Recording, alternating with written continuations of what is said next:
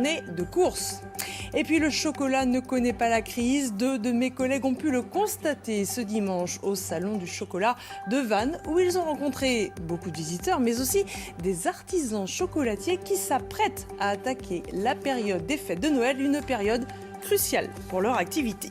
Va sûrement vous mettre en appétit. Place donc au chocolat dont je vous parlais en titre. Les fêtes approchant, pour les chocolatiers artisanaux, c'est une période à ne surtout pas manquer. Cela représente 1/5 des ventes annuelles.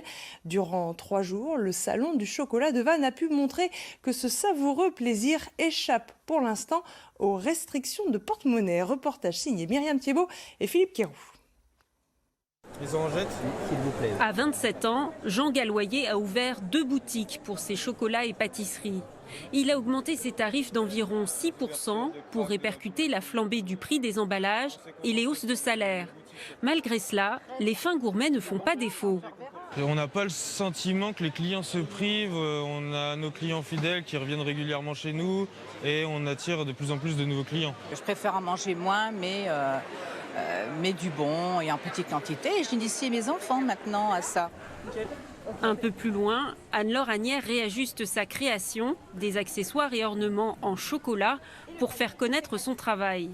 Tandis que la plupart de ses confrères utilisent du chocolat déjà préparé par les géants du secteur, Valrhona ou Barry, la jeune femme, elle, fabrique ses chocolats à partir des fèves de cacao directement.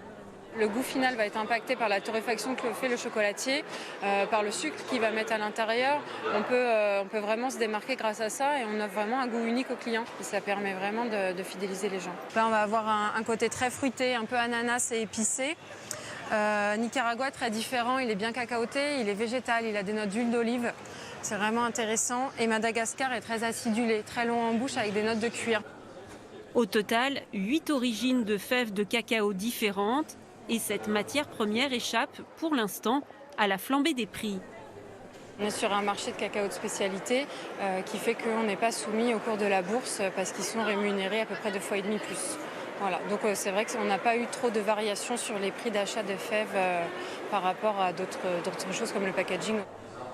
Avec des chocolats vendus entre 85 et 90 € le kilo, les chocolatiers rencontrés s'efforcent de contenir les hausses tarifaires, bien conscients qu'une surchauffe des prix ferait fondre leur clientèle.